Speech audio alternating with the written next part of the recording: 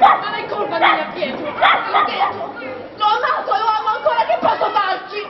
Gli ho creduto con tutte le mie forze. Puttana! Hai messo la nostra vita e il nostro orgoglio nelle sue mani! Sei peggio di una puttana! E ti permetti pure di aprire bocca e parlarmi delle tue vigliaccherie con orgoglio! L'ho amato, lo amo ancora con tutto il mio cuore! Sputi veleno, la tua bocca è piena di fango! Lasciami perdere! Vorrei essere con lui in questo momento! E fai schifo, puttana! La mia vita è sua, lo amo! Non te ne vergogni? No! Ti ammazzo! Che troppo! Palla finita! C'è disonorato, non se ne vergogna! Una puttana!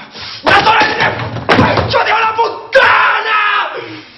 Ha disonorato la famiglia e me! Quel bastardo ha violato il suo onore e quello della nostra famiglia! E se non fai niente, ci penserò io a portare a termine la vendetta dei Venucci!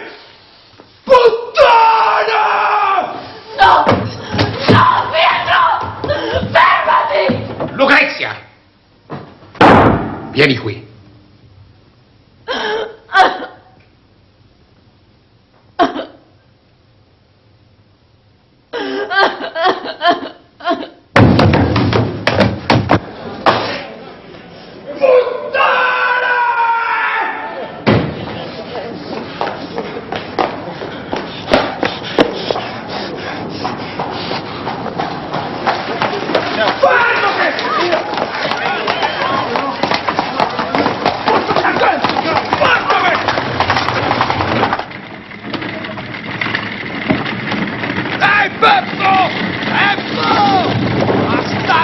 Hai ingannato mia sorella! Hai fatto di mia sorella una puttana! Hai calpestato il suo onore e quella della nostra famiglia!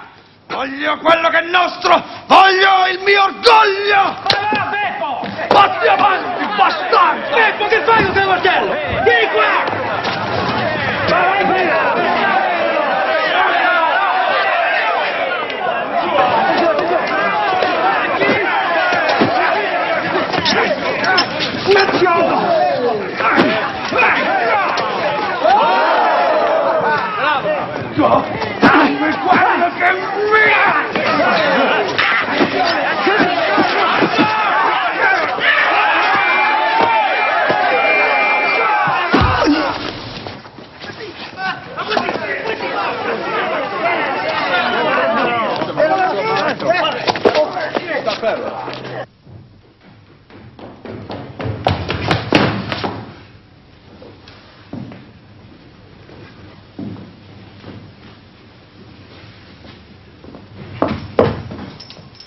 What are you doing down there, Beppo? Bastardo, traditore! La pagherai cara!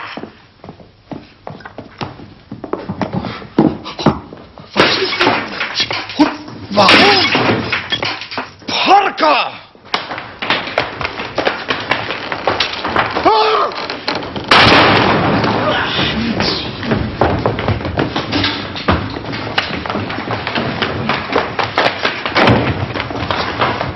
Stand back! We have him at last!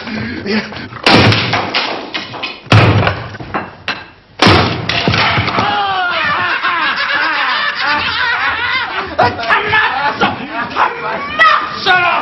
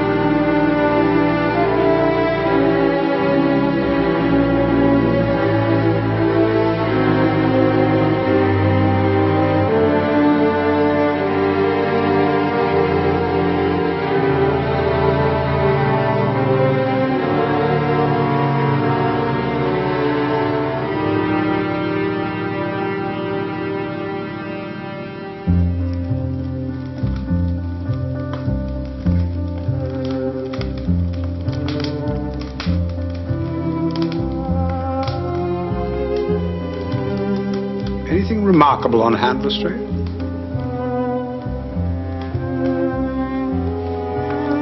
No. Nothing in particular.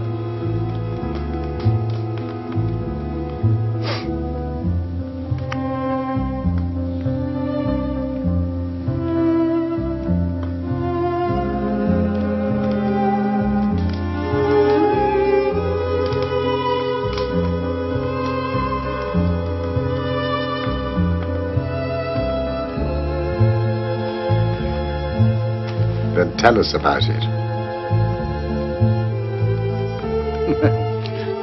Now you come to mention it, Mr. Holmes, there's no denying there is something on my mind. It first came to my notice 4 days ago. A certain Morse Hudson has a shop for the sale of pictures and statues in the Kennington Road.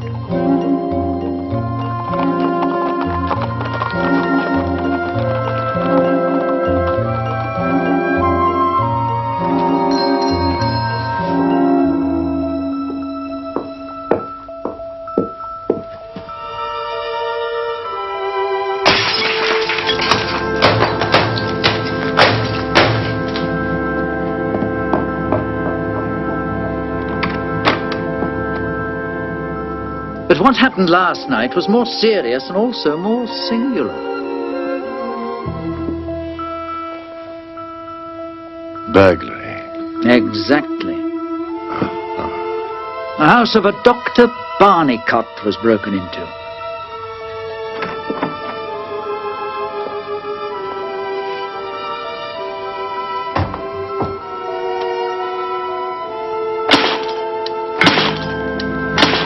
Now, this bust was one of a pair purchased from Morse Hudson by Dr. Barnicott. He had put it in his house. The other he put 2 miles away in his surgery. Later that same night,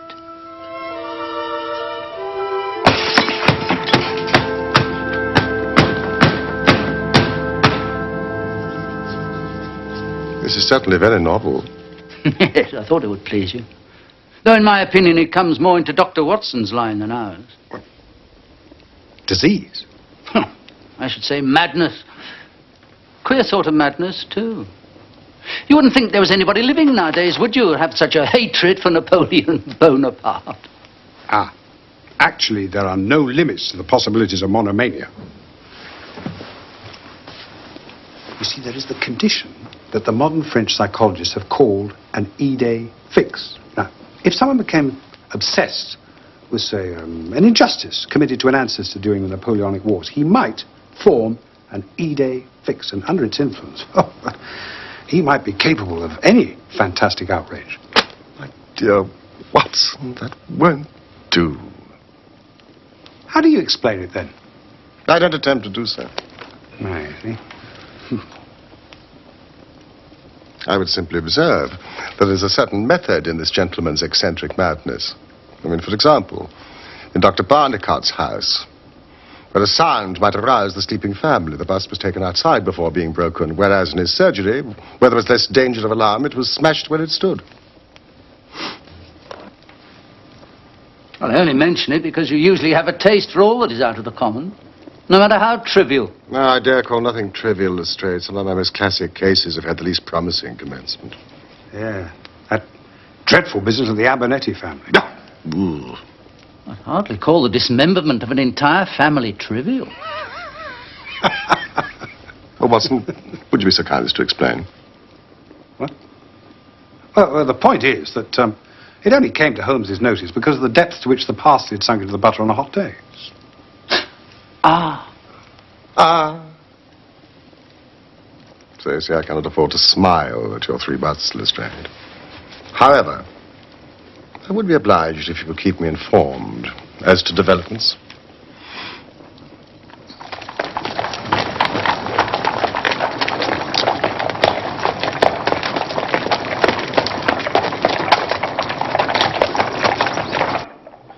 Listen to this, Holmes.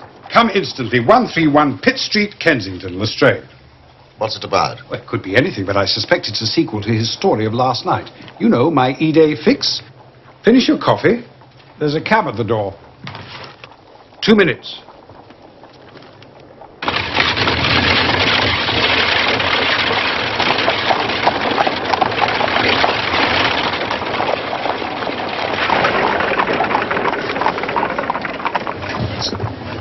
It's attempted murder, at least. Nothing less would hold the London message boy. There's a deed of violence in that young fellow's round shoulders and outstretched neck. Well, Lestrade will soon tell us.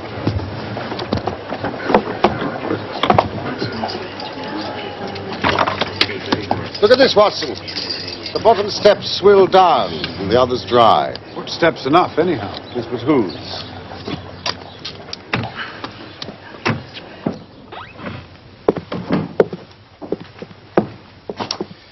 It's the Napoleon bust business again, gentlemen. They smashed another. I'm afraid the affair has taken a graver turn. This way.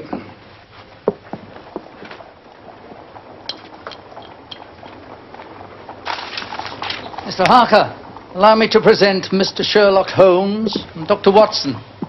Mr. Horace Harker of the Central Press Syndicate. Good of you to come, gentlemen. Please forgive my agitation. No apology necessary, Mr. Harker. A body on one's front doorstep is always unsettling. You've told him, then? Oh, not a word. Now, tell us exactly what occurred. Extraordinary thing. All my life I've been collecting other people's news. And now I have a real life story of my own and I can't put 2 words together. If I had been a journalist and walked in through that door, I would have interviewed myself and had 2 columns in every London newspaper. And here I am, giving away valuable copy by telling my story over and over again to a string of different people. However, I've heard of your name, Mr. Sherlock Holmes. So if you could explain this queer business, I'd be more than paid for my trouble in telling you my story.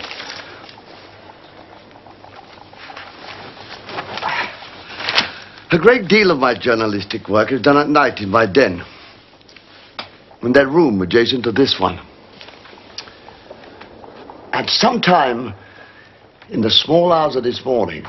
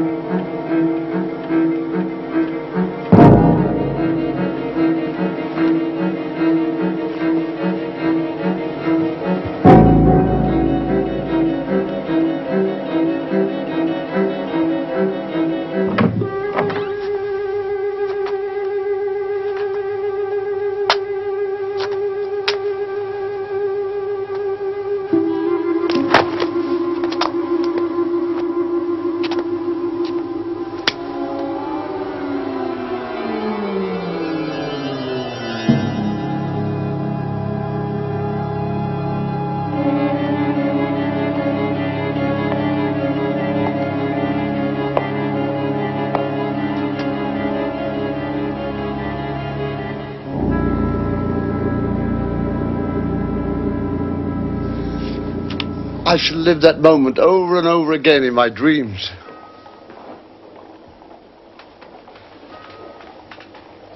Do we know who the murdered man was? Not yet. But you can see the body at the mortuary if you wish. Where did you purchase your bust, Mr. Harker? From Mr. Hudson of Kennington Road.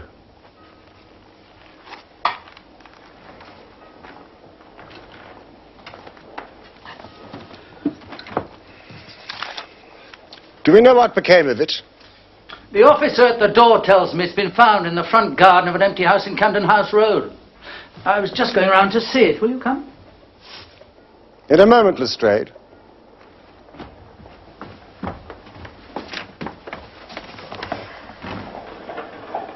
Well, the intruder had either very long legs or was the most active man, with that area beneath. It was no mean feat to climb up to this ledge, let alone to open the window.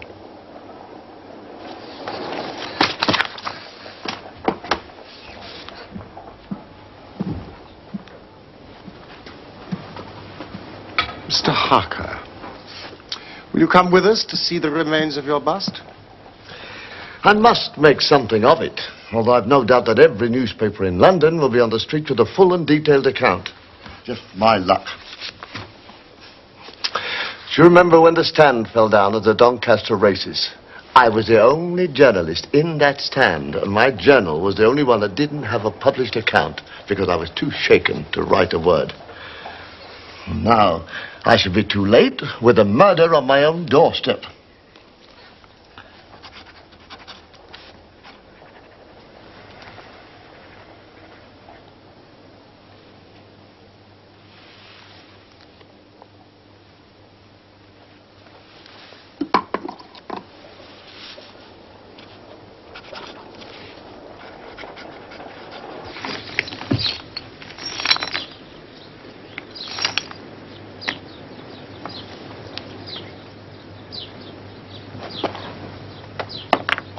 Well?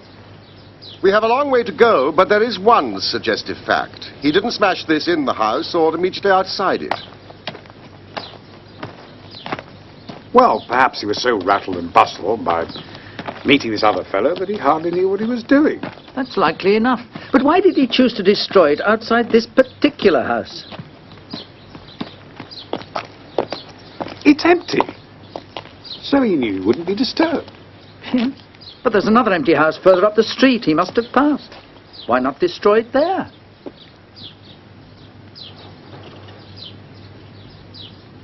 The lamp! By Jove, you're right. What are we to make of that? Holmes? Remember it.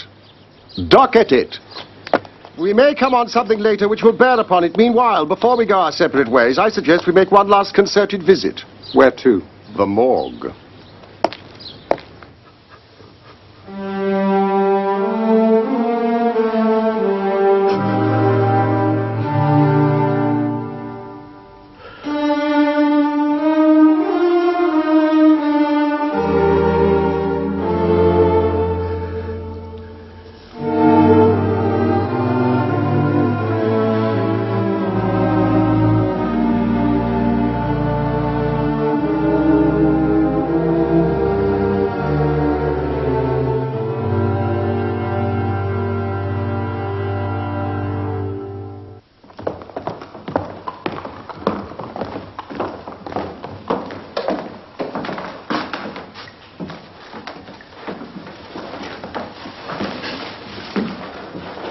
They made nothing of his identity up to now.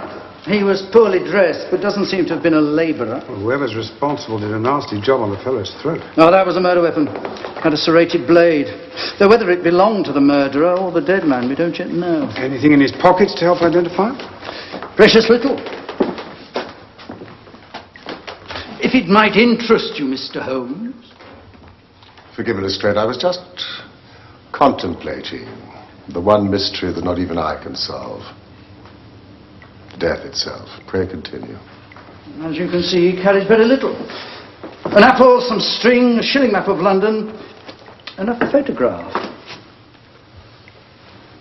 Oh, part of one, it's torn. Look. Ugly-looking devil. Positively simian.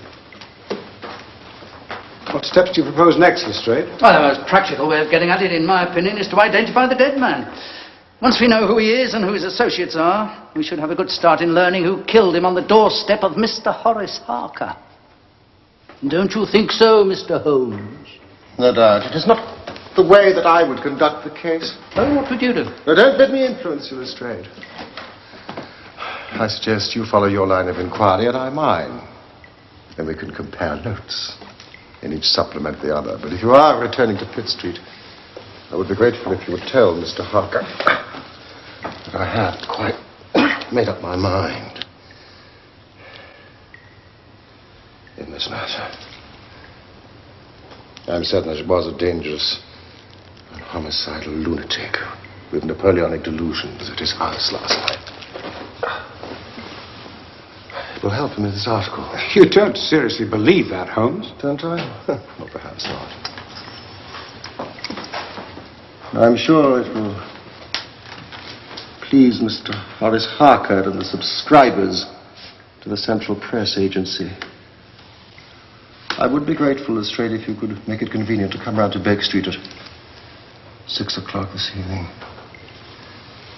Until then, I would like to keep this photograph found in the dead man's pocket. Oh, Mr. Holmes, that might be a vital clue. I trust it is. Otherwise, it's of no interest to me.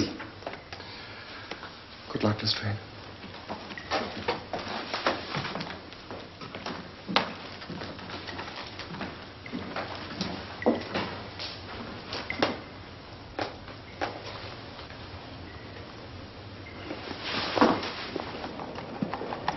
What we pay our taxes for, I don't know. When any ruffian can walk in and break one's goods under one's nose. A superb bit of craftsmanship it was, too. Taken from a marble copy of the Emperor's head by Devine. Are you familiar by any chance with that great artiste? Yes, indeed. Speaking of familiarity, do you recognize the man in this photograph? Man in the photograph? Ah, yes, indeed I do, Mr. Holmes. The name's Beppo. Beppo? Yes, he was a sort of Italian piecework man who made himself useful here in the shop. Oh, he could carve a bit and frame and gild. I took him on about 10 days ago, but he only stayed a week and then just disappeared. Didn't even collect his wages. Perhaps he was responsible for the breakages. Responsible for the breakages? Responsible for the breakages? My dear sir, this is an international conspiracy. A nihilist plot. Red Republicans, I call them. Yes, no one but an anarchist would go about breaking statues. Did they break every one that you sold? Break every one I sold? Well, hardly that. Just the 2 bought by a local doctor and the 1 left here in my shop. If anything happened to the other 3, I know nothing of it. 3? So there were 6 to begin with? 6 to begin with? Yes, a batch of 6. I ordered them especially from Gelder and Company of Stepney. They do excellent moulding work. Do you happen to know the names and addresses of the other customers? My ledgers, Mr. Holmes, are confidential. Mr. Hudson, if your theory is correct, oughtn't we to warn these people of this most dangerous plot? And who better to do that than Mr. Sherlock Holmes? Mr. Sherlock Holmes. Yes, quite right, sir. Yes, the country slumbers, but we shall remain vigilant. Follow me, sir.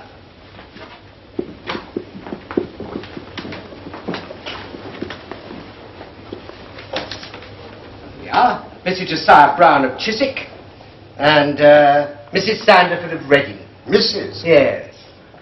Mr. Hudson? Huh? Did your 2 busts differ in any way from the other 4? Differ from the other 4? No, they were all identical.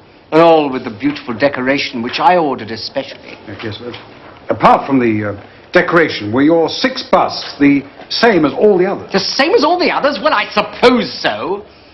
But you'd have to apply direct to Gelder and Company to find that out. In person. Excellent idea. Gentlemen, when you meet the manager, would you be good enough to warn him of the conspiracy? With all the busts they have on the premises, the Red Republicans could have a field day.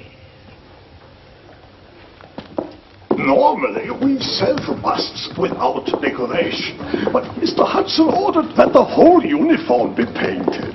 It was expertly done and made it a very special issue.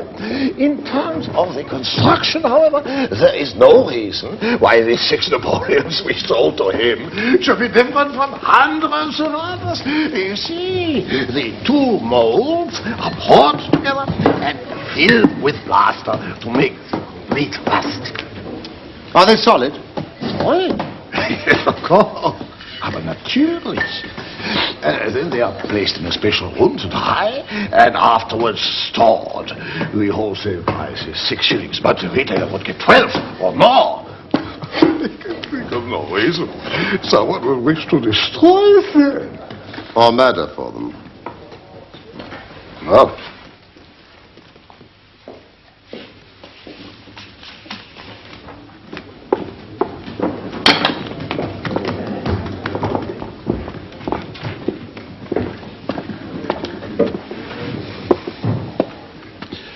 So, your interest in the molding process had ulterior motives. Herr Mandelstam, I wonder if you happen to recognize the man in this photograph. Murder rascal. Yes, indeed, I know him very well. This has always been a respectable establishment, and the only time we ever had the police in here was over this fellow. About a year ago, he knifed another Italian in the street and ran in here with the police on his heels. Was his name Beppo, by any chance? Beppo, yes. His second name I never knew. Served me right for employing a man with such a face. But he was a good workman, one of the best. Do you happen to remember exactly when he was arrested? I could check the pay lists. According to Morse Hudson's records, you sold him 6 Napoleons on June the 3rd of last year. Ja, richtig. That is correct. And Beppo last collected his wages on May the 20th of that same year. Then he must have been arrested sometime the following week. Well, no doubt the police have the exact details. The young Italian survived, so Beppo went only to prison for 1 year. We have a cousin of his working here. Perhaps you would wish to speak with him? No. Not a word to the cousin, I beg of you. The matter is very important, and the further I go with it, the more important it seems. So, yeah, I really thought his cousin might know when Beppo is to be released. Herr Mandelstam, if my surmises are correct, our friend Beppo has been out of jail for at least 11 days. Ach du lieber Gott.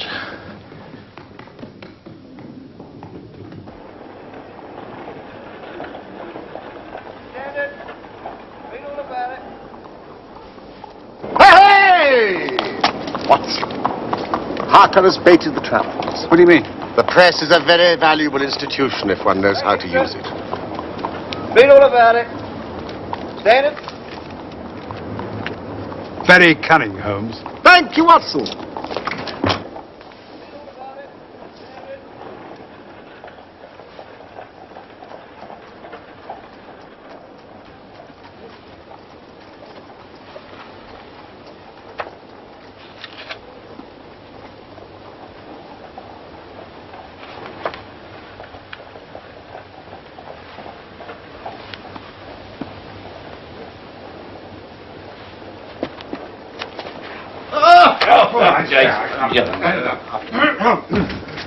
Lestrade!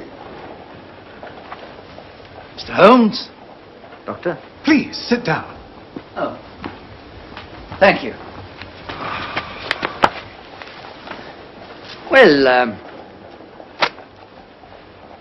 what luck, Mr. Holmes? We've had a very busy day. Not entirely wasted. I can trace each of the busts now from the beginning. The busts. Well, of course, you have your own methods, Mr. Sherlock Holmes. Not for me to say a word against them. But I think I've done a better day's work than you. I've identified the dead man. Splendid. Who is it? Pietro Vannucci, son of a respectable Italian tradesman, but involved with a secret political society. Red anarchists? Oh, you've been talking to Morse Hudson, haven't you? Do go on, Lestrade. I refer, of course, to the mafia, which, as you may know, enforces its decrees by assassination. Obviously, our murderer broke the rules in some fashion, and Pietro is put on his track, possibly with that photograph to aid identification. They meet, but Pietro receives his own death wound in the scuffle. Excellent, Lestrade, but I don't quite follow your explanation of the destruction of the busts. Oh, the busts! You can never get those busts out of your head. The busts are nothing. Petty larceny, 6 months at most. No. It's murder we're really investigating. And I tell you, I'm gathering all the threads into my hand. And the next stage? Oh, well, now. We have an inspector who's made a speciality of the Italian quarter. I shall go down there with him, find the man in that photograph you're carrying, arrest him for murder. What you say, Mr. Holmes? Will you come with us? I think not. I fancy Chiswick as the address most likely to find him. Chiswick? If you and some of your men will come with us to Chiswick tonight, I will go to the Italian quarter with you tomorrow, and there will be no harm in the delay. I suggest you dine with us. And then you're welcome to the sofa. A few hours' sleep will do us all good. I don't intend to leave the house before 11, and it is unlikely that we shall be home before morning. But, Mr. Holmes... In the meantime, I have a letter to send by express messenger. Mrs. Hudson! Mrs. Hudson! Chiswick?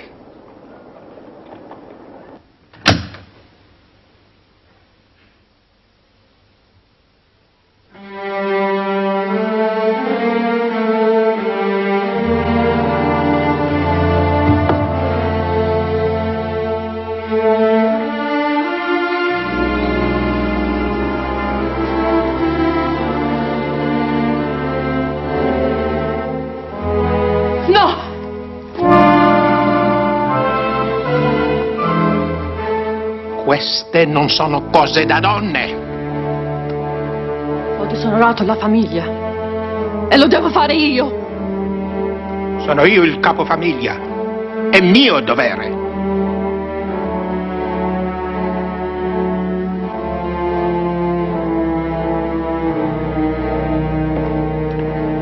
Papà!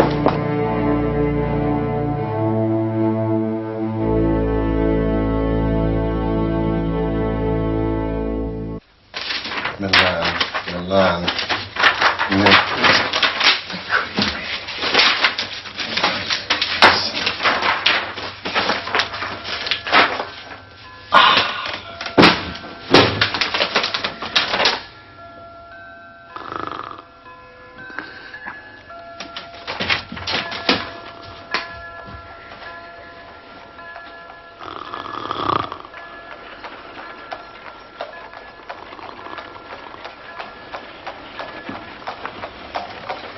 O'clock, gentlemen, on your feet.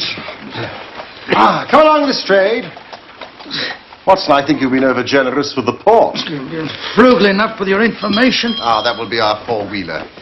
Don't forget the revolver, Watson, and bring the rugs. This outing wouldn't be inspired by your ID fix, would it? E-Day fix. Yes. The plaster bust. I have great hopes, Lestrade. In fact, the betting is exactly 2-1, that if you come with us tonight, you'll have the murderer in custody before the sun rises. I'm not a betting man, Mr. Holmes. Then you have nothing to lose by it, do you? Except a good night's sleep.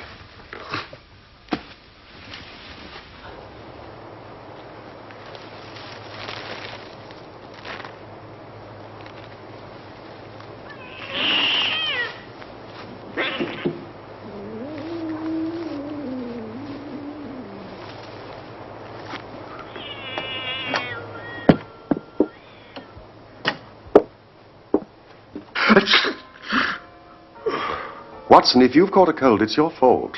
You left the rugs behind. Sorry, Holmes.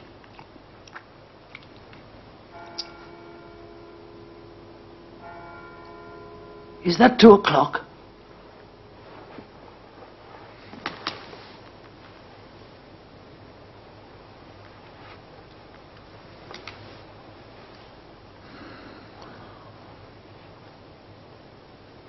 Don't suppose we can smoke, can we? No.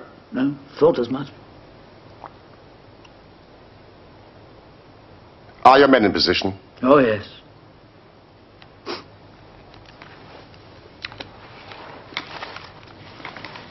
Have a humbug, Lestrade. Watson, this is no time for humbugs. Look!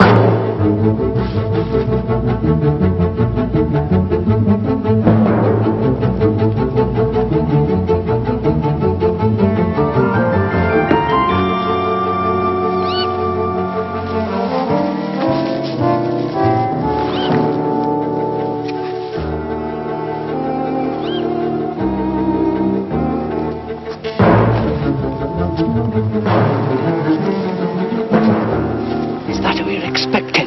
His name's Beppo. Good name for a monkey. He'll leave by the back door, How do you know that? because all the other doors are locked.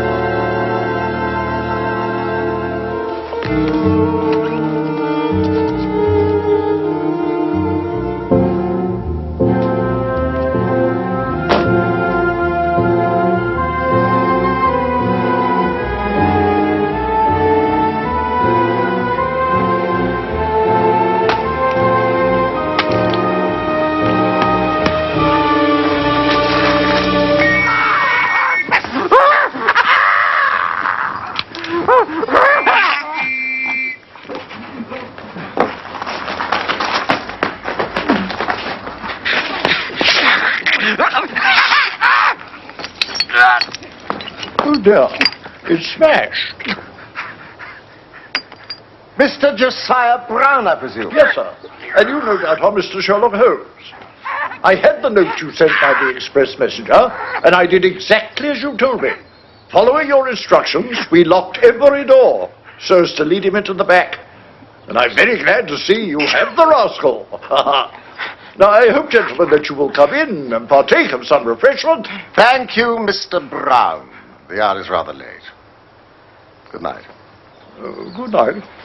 Come, Watson, we have work to do. Work? What work? Lestrade, if you will come round to Baker Street tonight at 6 o'clock, I hope to be able to show you that you still have not grasped the full meaning of this business. Oh, I think you'll find my theory of the mafia will work out all right, Mr. Holmes. Good night, Lestrade. Come along now.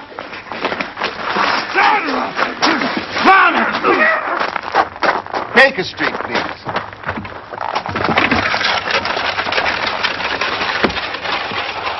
And now, Watson, I commend to you the universal answer to almost all problems. What's that, Holmes? Sleep.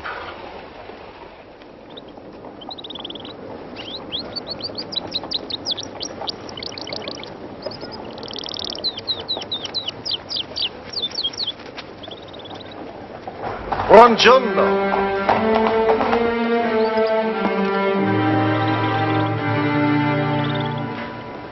I casi come questi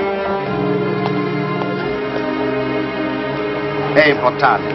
Ecco, signor Holmes. Grazie, signore. Morning, Watson.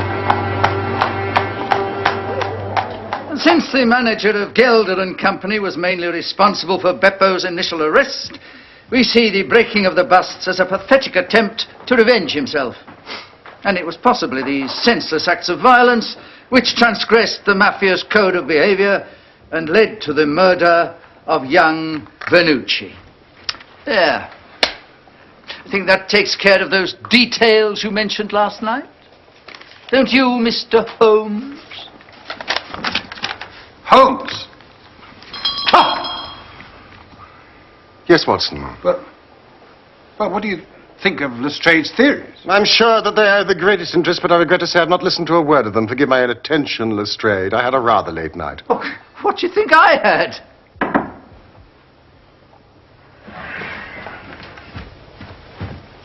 Come in! Is Mr. Sherlock Holmes here? Ah. I fear I am a little late, but the trains were very awkward. No matter, no matter. Have you brought the item?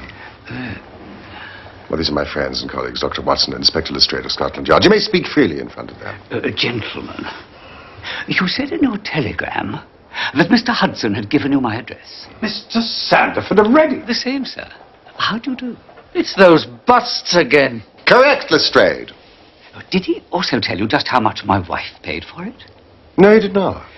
Well, sir, I am an honest man, though not a very rich one, and she only gave 15 shillings for it, and I think you ought to know that before I take the £10 from you that you offered in your telegram. Oh, your scruple does you much honor, Mr. Sandiford, but I have stated my price, and I shall stick to it. Oh, thank you, Mr. Holmes. That's very handsome of you. Your bust, sir. You know, my wife has always maintained that there is a marked resemblance between myself and the Emperor. Can't say I see it myself.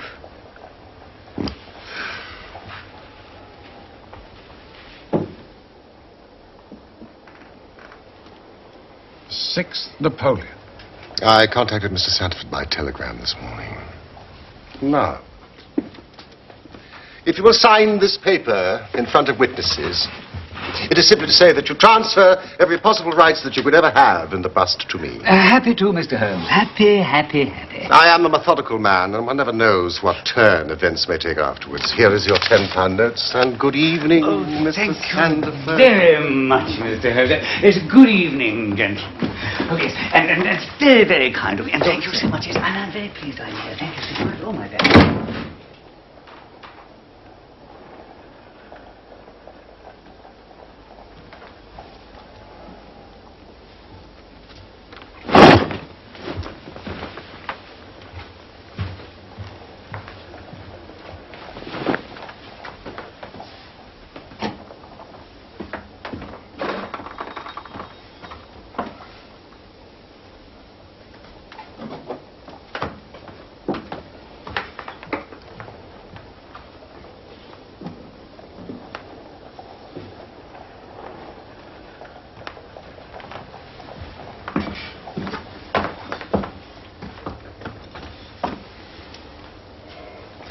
Now, gentlemen, if you would give me your undivided attention.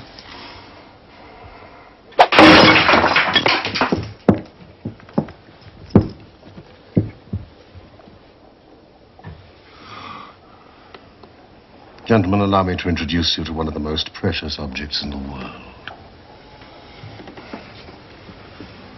The famous Black Pearl of the Borgias. Bravo, Holmes! Bravo!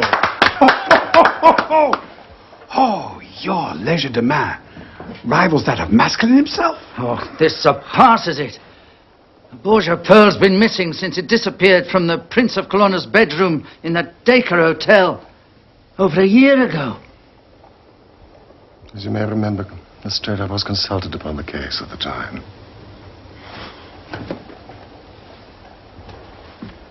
Observe and learn.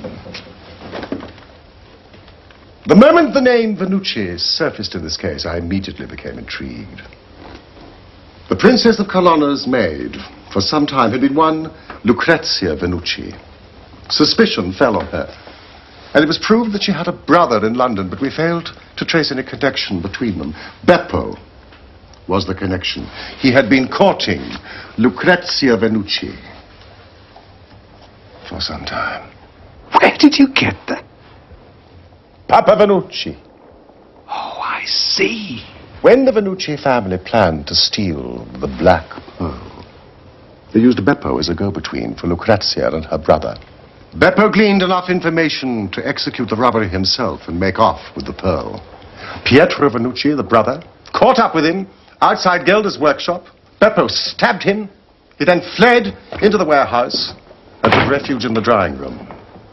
He knew he only had moments in which to conceal the pearl, which would otherwise be found on him when he was searched. Among all the plaster casts drying that day, he made for a batch of 6 that had been earmarked for Morse Hudson, and the base of one of them was still soft.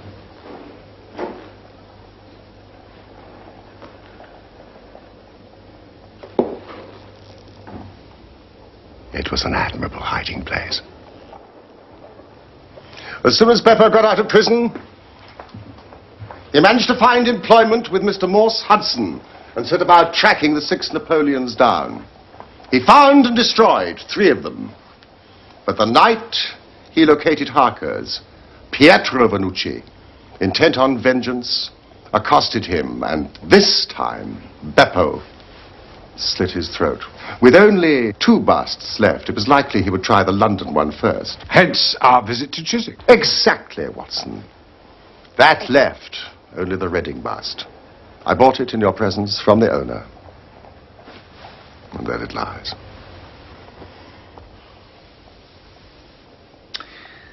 Well, Mr. Holmes,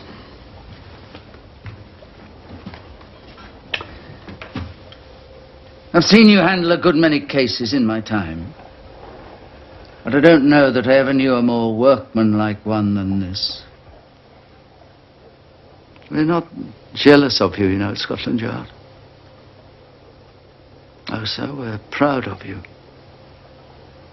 And if you come down tomorrow, there's not a man from the oldest inspector to the youngest constable who wouldn't be glad to shake you by the hand. Thank you.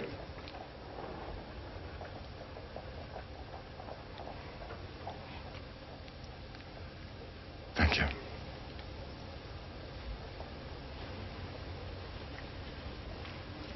Would you get down the Conk-Singleton forgery case, please, Watson?